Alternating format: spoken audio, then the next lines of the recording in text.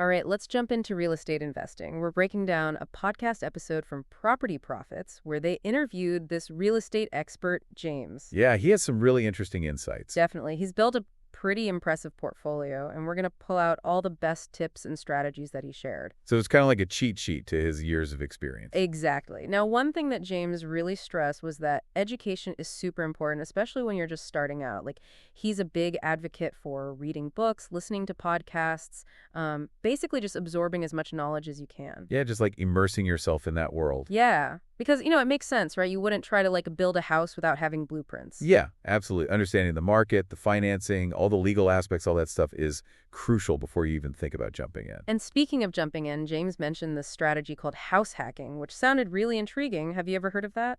Oh yeah, it's a popular one, especially for new investors. Basically, you buy a multi-unit property, live in one of the units, and then rent out the others. So it's kind of a 2-for-1. Exactly. You're covering your mortgage with the rent you're collecting, plus you're getting that hands-on experience as a landlord. That's awesome. So you're learning and potentially making money at the same time. That's the idea. I like it. But what about financing? That always seems like the biggest hurdle for people, right? Oh, for sure. That's a big one. Well, James mentioned that FHA loans only require a 3.5% down payment, if it's your primary residence. Oh, wow. That's not bad. Yeah, not bad at all. And for veterans, there are VA loans, which have even better terms.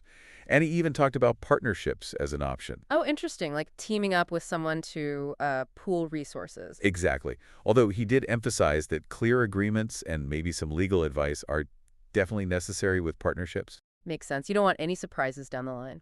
So let's say you've got your first property, maybe even use that house hacking strategy to get started. How do you go from there? How do you actually grow your portfolio? Well, James is a big fan of the BRRRR method. BRRRR method. Yeah, buy, rehab, rent, refinance, repeat. So it's all about finding a property that needs some work, renovating it strategically to boost the value, then renting it out, refinancing it to pull out your initial investment, and then using that money to buy another property. Oh, okay. I'm starting to see how that works. Yeah, and then you just rinse and repeat. Wow, that sounds pretty efficient, like a snowball effect almost. Exactly. But, it's not without its challenges. One thing James really emphasized was accurate budgeting, especially when it comes to those rehab costs. Yeah, that makes sense. Those can get out of control pretty quickly. Right. He actually shared a story about underestimating rehab costs on one of his early projects. It ended up cutting into his profits quite a bit. Oh, no. Yeah, it was a valuable lesson for him.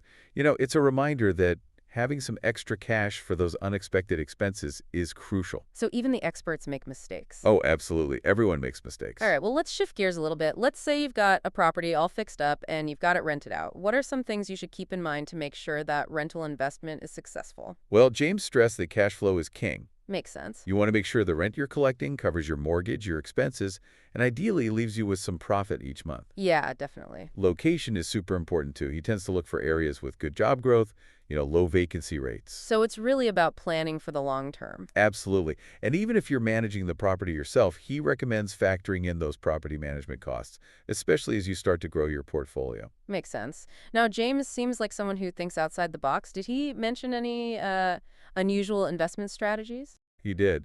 He's had some success with short-term rentals like Airbnb, especially in those areas that get a lot of tourists. Oh, right. That's a good point. Yeah. He said they can offer higher returns, but of course they require more work. Yeah, I can imagine. A lot more hands-on management. Yeah, more management for sure. But you know what really surprised me? He also invests in mobile home parks. I know, right? It's not something you hear about every day. No, not really. So why do you think he's drawn to that? Well, he pointed out some interesting advantages, like the initial investment is often lower than traditional apartments. Oh, that makes sense, especially for someone starting out. Right.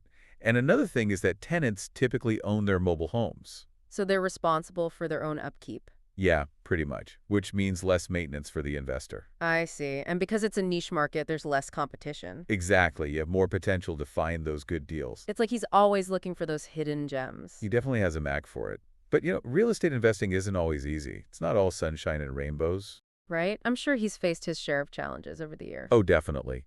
He talked about the importance of staying motivated even when things get tough. Yeah, because there are going to be ups and downs. Absolutely. The market fluctuates. Deals fall through. Sometimes you run into unexpected expenses. It's a roller coaster. It can be.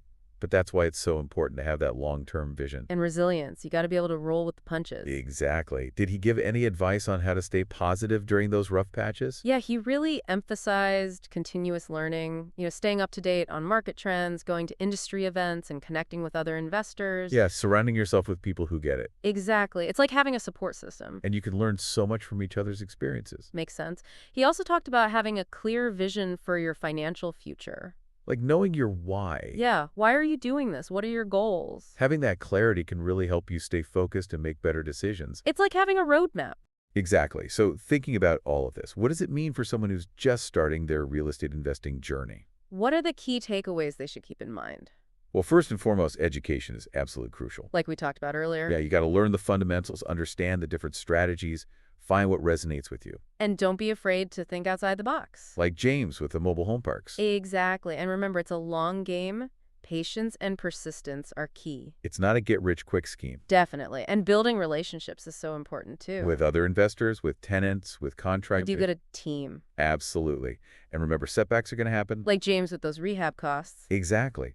But it's all about learning from those mistakes and moving forward. It's a learning process. It is. And having that clear vision for your future will help you stay motivated. So what would you say to someone who's feeling overwhelmed and doesn't know where to start? I would say just take action. Even if it's a small step, Exactly. Go to a local real estate meetup, read a book. dip your toes in the water. Yeah, don't let yourself get paralyzed by overthinking it. Just start somewhere. Yeah, exactly. The more you learn and the more you do, the more confident you'll become. This has been so insightful. We've covered so much, from house hacking to mobile home parks and even that BRRR method. But, amidst all the strategies and tips, there was one thing that James said that really stuck with me. He emphasized that real estate investing is about more than just numbers. Yeah, he talked about that. It's about people. It is. It's about building relationships, whether it's your tenants, contractors, partners. You got to have that trust and respect. And it makes sense, right? It's not just ethical, it's good business. Absolutely. He even mentioned giving back to the community, supporting local businesses, maybe getting involved in some charitable initiatives. It's like he's saying that success isn't just about your own wealth. It's also about making a positive impact. I love that. It's about creating a win-win situation for everyone. Right. So as we wrap up this deep dive, I want to leave you with a question to ponder. What type of real estate investment really speaks to you? What aligns with your goals, your risk tolerance, and your vision for the future? Yeah, what gets you excited? Is it that hands-on learning of house hacking, the scalability of the BRRR method, or maybe those unique opportunities in a niche market like mobile home parks? It's all about finding what fits you best. Exactly. And remember, this deep dive was just the beginning. Now it's time for you to take what you've learned and explore further.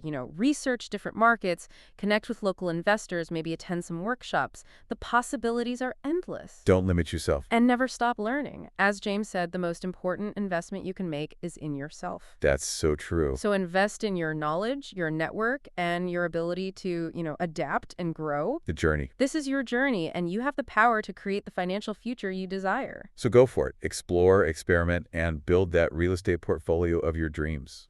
Well, that's it for our deep dive into the world of real estate investing. We hope you found it valuable and inspiring. Happy investing. Okay.